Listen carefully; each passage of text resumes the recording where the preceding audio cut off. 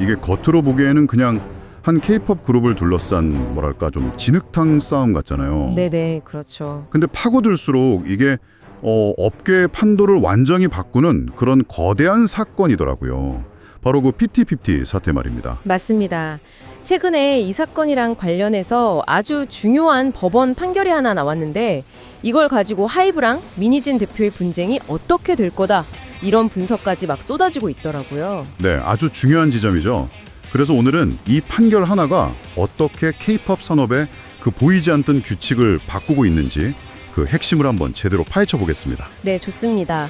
이 판결은 그냥 한 회사가 소송에서 이겼다 이걸 넘어서요. 아, 그 이상이군요. 네, K-팝 기획사들한테 우리 아티스트는 법적으로 보호받는 자산이다 이런 아주 강력한 무기를 쥐어준 사건이거든요. 무기요? 그렇죠. 그동안은 약간 회색지대에 있었던 아티스트 빼가기, 그러니까 템퍼릴이라는 관행에 처음으로 이건 불법이다 라는 명확한 가격표를 붙인 셈이죠. 와, 가격표라는 표현이 확 와닿네요. 그래서 오늘 이 시간에는 이 기념비적인 판결의 의미부터 모든 사건의 발단이 된 그 피프티 사태의 전말, 그리고 이 나비 효과가 K-팝 업계 전체에 어떤 파장을 미치고 있는지 한번 집중적으로 들여다보겠습니다. 좋습니다. 그럼 판결 내용부터 바로 한번 시작해보죠.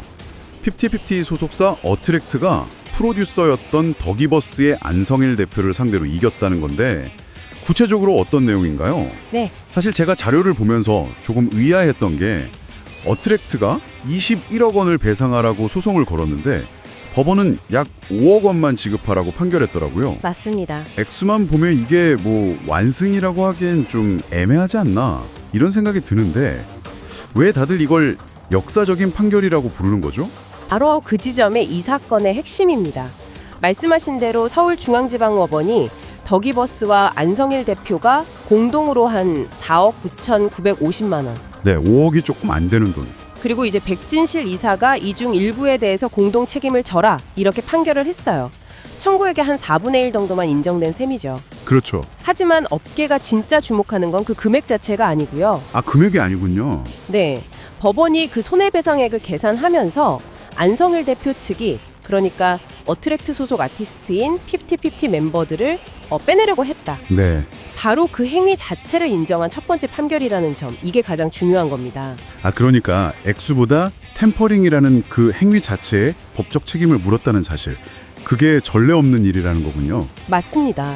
K-팝 역사상 처음 있는 일이죠. 이 템퍼링이라는 단어가 계속 나오는데 이게 정확히 어떤 개념인지 한번 짚고 넘어가야 할 것 같아요. 네, 템퍼링은 원래 스포츠계에서 쓰던 용어거든요. 아, 스포츠요? 네, 계약 기간이 아직 남은 선수한테 소속 구단 몰래 다른 구단이 접근해서 이적을 꾀하는 그런 행위를 말하죠. 네네. 이게 이제 연예계로 넘어오면서 아직 계약이 유효한 아티스트를 다른 회사나 뭐 제3자가 부추겨서 계약을 해지하고 데려가려는 모든 시도, 이걸 의미하게 된 겁니다. 일종의 인력 빼가기, 뭐 연예계식 기업 스파이 행위 이렇게 볼 수도 있겠네요. 정확한 비유입니다. 근데 사실 이런 일은 업계에서 약간 공공연한 비밀처럼 여겨지지 않았나요?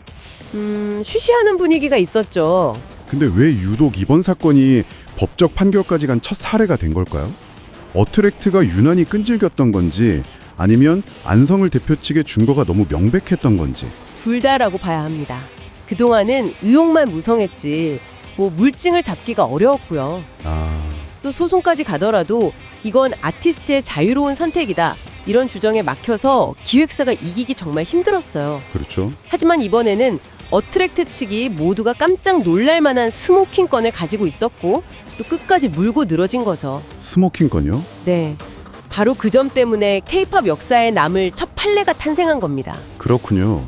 그럼 그 스모킹 건이 대체 뭔지, 그리고 법원이 왜 이런 전례 없는 판단을 내렸는지 알려면 사건의 처음으로 돌아가 봐야겠네요. 맞습니다. 피프티는 큐피드라는 곡 하나로 그야말로 중소돌의 기적을 쓴 팀이잖아요. 네, 정말 대단했죠. 빌보드 차트를 점령하고 전 세계가 주목하던 그 황금 기회.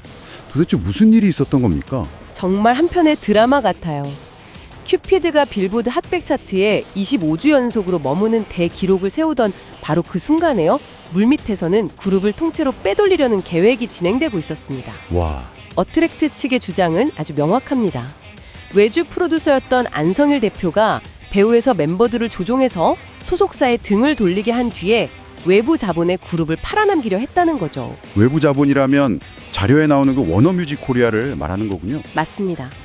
여기서 결정적인 증거, 바로 녹취록이 등장합니다. 아, 녹취록. 네, 안성일 대표가 어트랙트의 전홍준 대표 모르게 워너뮤직 코리아 측 관계자랑 통화한 내용이었는데요. 네. 제가 50-50 애들을 다 움직일 수 있습니다.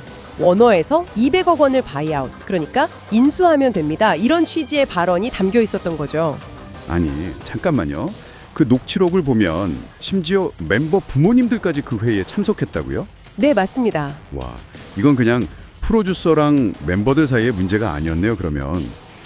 보통 이런 경우에 부모님들은 어떤 걸 가장 우려하시나요? 안성일 대표가 바로 그 지점을 파고들었다, 이렇게 봐야 할까요? 정확하게 보셨습니다. 그게 가장 교묘한 지점이에요. 교묘하다. 안성일 대표는 멤버 부모들을 모아놓고 불안감을 극대화시키는 거짓 정보를 흘립니다. 어떤 정보요? 녹취록에 따르면 그는 어트랙트 전홍준 대표가 인터파크에서 받은 90억 원 선급금은 사실 너희 딸들이 갚아야 할 빚이다, 이렇게 말을 해요. 빚이라고요? 투자금이 아니라? 그렇죠. 정상적인 투자금을 순식간에 멤버들이 짊어져야 할 부채로 둔갑시킨 거죠. 부모님들 입장에서는 갑자기 딸들한테 90억 빚이 생겼다, 이런 말을 들으니까 눈앞이 캄캄해졌을 겁니다. 와, 그런 불안한 심리를 이용해서 내가 이 문제를 해결해줄 구원자다, 이런 식으로 접근했겠군요. 바로 그거죠. 그러면서 전홍준 대표는 무능하다, 또 워너뮤직이 200억 원을 제안했는데 그 전제 조건이 바로 내가 프로듀싱을 계속하는 거다 라면서 자신을 대안으로 제시합니다. 이런 식으로 소속사랑 멤버들 사이의 신뢰관계를 완전히 무너뜨린 겁니다. 단순히 말로만 부추긴 게 아니라 그룹의 가치를 떨어뜨리려는 구체적인 업무방해 행위도 있었다면서요. 광고 제안을 일부러 막았다는 내용이 있던데요. 네, 바로 더기버스의 백진실 이사가 저지른 일입니다. 아, 또 다른 인물이군요. 2023년 4월 큐피드가 막 뜨기 시작할 때 일본의 한 화장품 회사가 PPT를 모델로 쓰고 싶다고 어트랙트에 메일을 보내요. 네. 당시 소통 창구였던 백 이사가 이 메일을 받고는 어트랙트에는 알리지도 않고 독단적으로 거절해버립니다. 아니, 왜요? 더 놀라운 건 한 달 뒤에요. 한 유명 브랜드에서 당시 최고 주가이던 뉴진스급 금액을 제시하면서 광고를 제안했는데, 뉴진스급 금액이요? 네, 이번에는 멤버들 건강 문제를 핑계로 또 거절합니다. 와, 광고를 찍어서 몸값이 더 오르면 200억에 데려가기 힘들어지니까 의도적으로 가치를 묶어두려고 했다고 해석할 수밖에 없겠네요. 법원도 그렇게 판단한 겁니다. 자료를 보면 이 시기가 바로 워너뮤직 코리아랑 템퍼링 논의가 한창 진행되던 때랑 정확히 겹치거든요. 아, 시기가 딱 맞아떨어지는구나. 네, 물론 안성일 대표 측은 끝까지 멤버들과 소속사 분쟁에 관여한 바 없다고 주장했지만 법원은 이런 명백한 증거들 앞에서 어트랙트의 손을 들어준 거죠. 알겠습니다. 사건의 전말을 들어보니까 왜 법원이 템퍼링을 인정했는지 명확해지네요. 그렇죠. 그런데 이 판결문이 공개되자마자 여의도 증권가부터 K-POP 커뮤니티까지 동시에 한 사람의 이름을 떠올렸습니다. 네, 바로 민희진 대표죠. 맞아요. 겉보기엔 전혀 다른 두 사건이 이 템퍼링이라는 키워드 하나로 법적으로 아주 강하게 연결되기 시작한 겁니다. 맞습니다. 하이브가 민희진 대표를 상대로 제기한 소송의 핵심 혐의가 바로 경영권 탈취 시도, 즉 어도어라는 회사를 외부 투자자에게 넘기려고 했다는 넓은 의미의 템퍼링이기 때문입니다. 아, 이전까지는 경영권 탈취가 실제로 가능한가, 여기에 대한 갑론을박이 많았잖아요. 맞아요. 그게 가능하냐 이런 얘기 많았죠. 근데 이번 판결로 인해서 실제 행동으로 옮기지 않았더라도 구체적인 계획을 세우고 논의한 그 행위 자체에 대해서 법적 책임을 물을 수 있다. 네.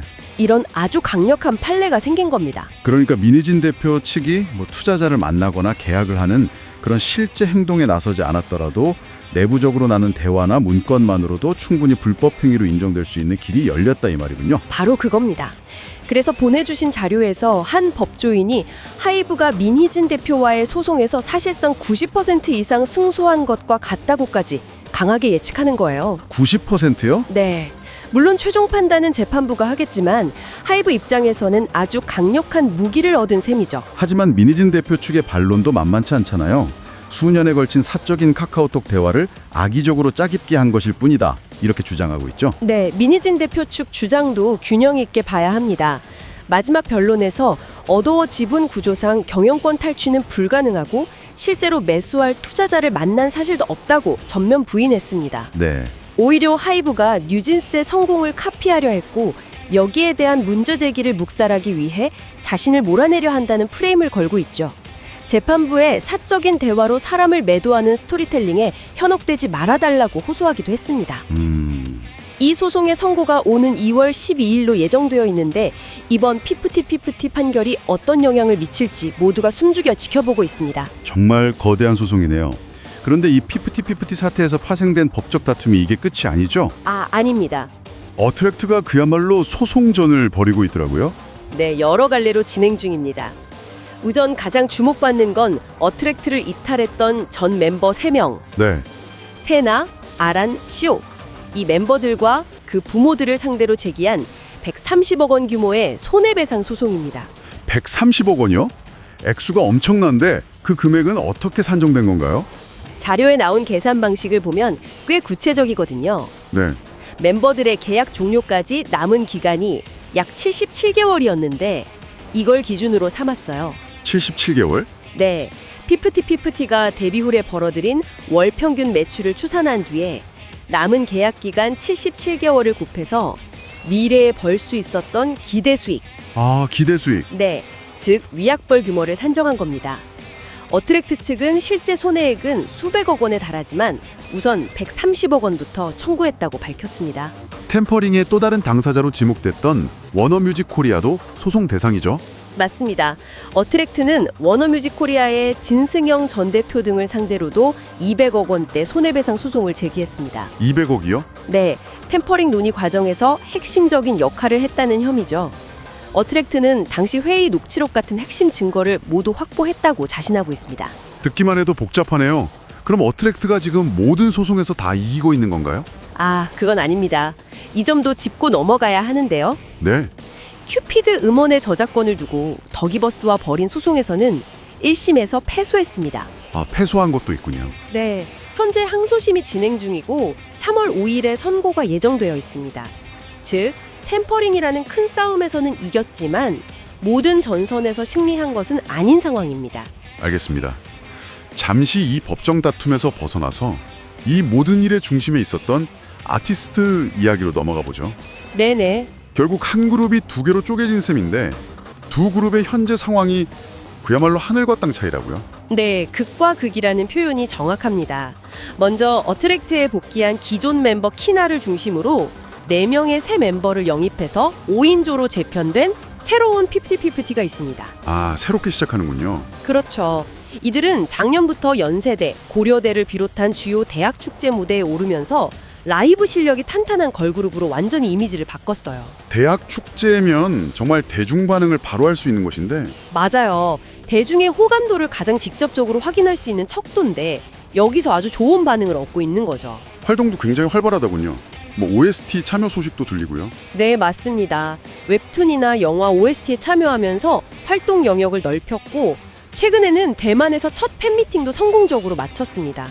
말 그대로 피닉스처럼 재기에 완벽히 성공한 모습입니다. 반면에 소속사를 나갔던 3명의 멤버들은 어떻게 됐나요? 이탈했던 세나, 아란, 시오 3명은 안성일 대표의 프로듀싱 아래 어블룸이라는 새로운 이름으로 재데뷔를 했습니다. 어블룸이요? 네, 하지만 결과는 아시겠지만 정말 처참했습니다. 자료에서도 대중의 외면을 받으며 완전히 망했다는 표현을 쓸 정도니까요. 대중이 그냥 외면해버린 겁니다. 그렇군요. 한쪽은 화려하게 비상하고 다른 한쪽은 대중의 기억 속에서 빠르게 잊혀져가는 너무나 안타깝고 상반된 길을 걷고 있는 거죠. 결국 하나의 판결이 K-팝 산업의 룰을 바꾸는 선례를 남겼고 한 그룹의 운명을 완전히 갈라놓았으며 업계 최대 분쟁의 항방까지 좌우하고 있군요. 네. 와, 정말 거대한 나비효과 같습니다. 마지막으로 오늘 논의를 정리해 주신다면요. 핵심은 그거예요. K-팝 업계의 게임의 룰이 바뀔 수 있다는 아주 강력한 신호탄이라는 점. 게임의 룰이 바뀐다. 네. 그동안 아티스트의 이적 분쟁은 늘 진흙탕 싸움이었고 명확한 기준이 없었습니다. 하지만 이번 판결은 계약 기간 중인 아티스트를 부당하게 빼가려는 시도는 막대한 금전적 책임으로 이어진다는 명확한 선례를 만들었습니다. 네. 앞으로 하이브 같은 대형 기획사들은 분쟁이 생겼을 때 이 판례를 분명히 참고하고 또 활용할 겁니다. 기획사 입장에서는 자신들의 핵심 자산인 아티스트를 보호할 수 있는 강력한 법적 방패를 얻게 된 셈이네요. 그렇죠. 그런데 이게 꼭 긍정적인 효과만 있을까요? 바로 그 지점에서 우리가 마지막으로 생각해볼 질문이 나옵니다. 이 판결은 분명 기획사의 권리를 강화하는 효과가 있거든요. 그렇죠. 하지만 오랫동안 불공정한 장기 계약, 이른바 노예 계약 문제로 비판받아온 K-팝 산업에서 이 템퍼링에 대한 강력한 제재가 오히려 정당한 문제 제기를 통해 소속사를 떠나고 싶어하는 아티스트들의 탈출구를 막아버리는 그런 부작용을 낳을 수도 있지 않을까요? 아, 그럴 수도 있겠네요. 회사의 막대한 투자를 보호하는 것과 아티스트 개인의 자유와 권리 사이의 균형점, 과연 그 지점은 어디에 있어야 할지, 이 사건은 우리에게 아주 무겁고 중요한 질문을 던지고 있습니다.